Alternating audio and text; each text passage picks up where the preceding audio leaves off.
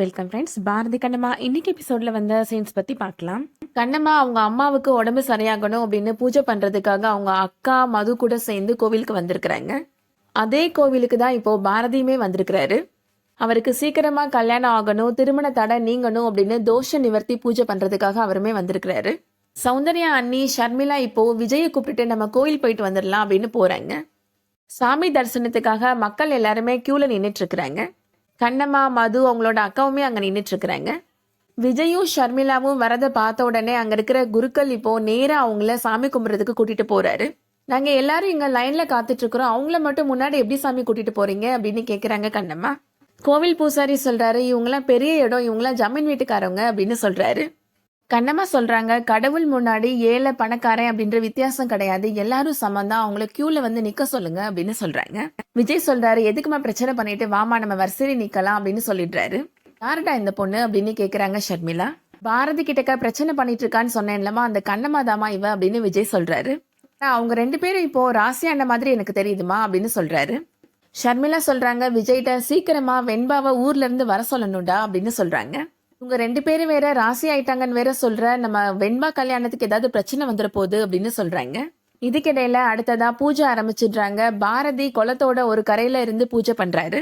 குளத்தோட இன்னொரு கரையில கண்ணம்மாவுமே அவங்க அம்மாவுக்காக பூஜை பண்றாங்க. பாரதிட்ட குருக்கள் சொல்றாங்க, இந்த மாலையை நீங்க குளத்துல விட்டுருங்க அப்படின்னு சொல்றாரு. இந்த மாலை அடிச்சுட்டு போறப்ப அதோட சேர்ந்து உங்களோட தோஷமுமே போயிரும் தம்பி அப்படின்னு சொல்றாரு.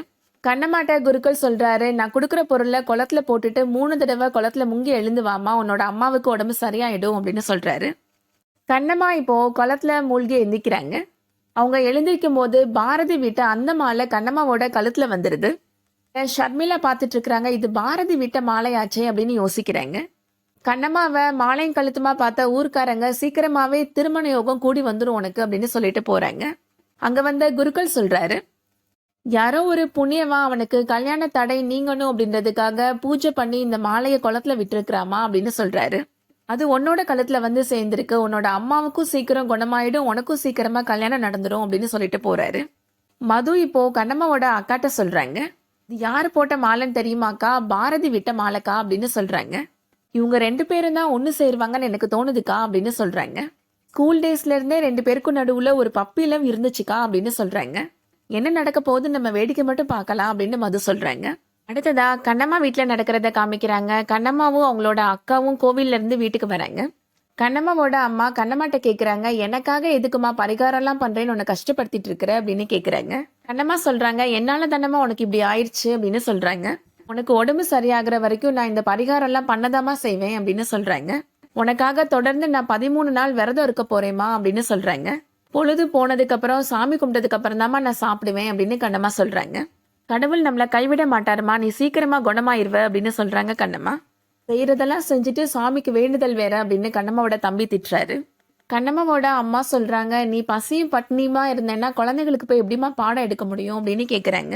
நீ காலம் முடிஞ்சு போச்சுமா, எனக்காக நீ எதுக்காக கஷ்டப்படுற அப்படின்னு கேக்குறாங்க. நான் கடவுள்கிட்ட வேண்டிக்கிறது ஒன்னே ஒண்ணுதாமா, நீ பழையபடி எழுந்து நடக்கணுமா, அது கண்டிப்பா நடக்குமா அப்படின்னு சொல்றாங்க கண்ணம்மா. ஷர்மிளா விஜய்கிட்ட சொல்றாங்க, பாரதி பூஜை பண்ணி குளத்துல விட்ட மாலை அந்த கண்ணம்மா கழுத்துக்கு போனதை நான் பார்த்தேன்டா அப்படின்னு சொல்றாங்க. அந்த மாலைய குளத்துல விட்டவன் தான் புருஷனா வருவான்னு அந்த கோவில்ல பேசிக்கிட்டதை நான் கேட்டேன்டா அப்படின்னு சொல்றாங்க. பயமா இருக்குடா அப்படின்னு ஷர்மிளா சொல்றாங்க. என்னம்மா நீ சொல்றதெல்லாம் நம்புற மாதிரியாமா இருக்கு அப்படின்னு சொல்றாங்க விஜய். இது கடவுள் நமக்கு காமிக்கிற குறியீடுடா அப்படின்னு சொல்றாங்க ஷர்மிளா. கண்ணம்மாவை போய் பாரதி கல்யாணம் பண்ணிக்க மாட்டாமா, ரெண்டு பேரும் எலியும் பூனையுமா அடிச்சிட்டு இருக்கிறாங்கம்மா அப்படின்னு சொல்றாரு விஜய். இன்னைக்கு எலியும் பூனையுமா அடிச்சுக்கிறவங்க தான் நாளைக்கு ஒன்னு சேர்ந்துருவாங்க அப்படின்னு ஷர்மிளா சொல்றாங்க. விஜய்கிட்ட ஷர்மிளா சொல்றாங்க, நீ தான் அஞ்சலி விஷயத்துல கோட்டை விட்டுட்டு சௌந்தர்யாட்ட அடி வாங்கி நிக்கிற அப்படின்னு சொல்றாங்க. அட்லீஸ்ட் பாரதிக்கு வெண்பாவை கல்யாணம் பண்ணி வைக்கலாம்னு நினைச்சா அதுவும் நடக்காது போல இருக்குதே அப்படின்னு புலம்புறாங்க. அந்த கண்ணம்மா குறுக்க வந்துட்டா அப்படின்னு சொல்றாங்க.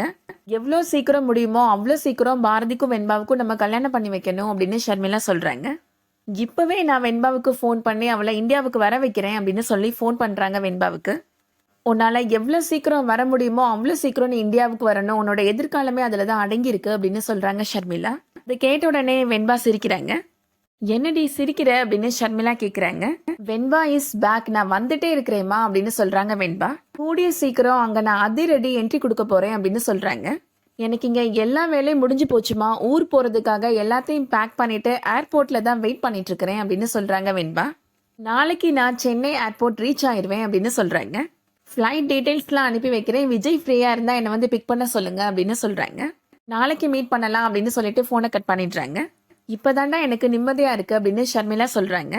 இனிமேல் வெண்பா களத்துல இறங்கி கலக்க ஆரம்பிச்சிருவா அப்படின்னு சொல்றாங்க. இனிமேல் தாண்டா அதிரடியே ஆரம்பிக்க போகுது அப்படின்னு சொல்றாங்க. அதோட இன்னைக்கான எபிசோட் முடியுது. இந்த வீடியோ உங்களுக்கு பிடிச்சிருந்துச்சுன்னா லைக் பண்ணிக்கோங்க. ரெகுலர் சீரியல் அப்டேட்ஸ்க்கு நம்ம சேனலை சப்ஸ்கிரைப் பண்ணிக்கோங்க. தேங்க்யூ.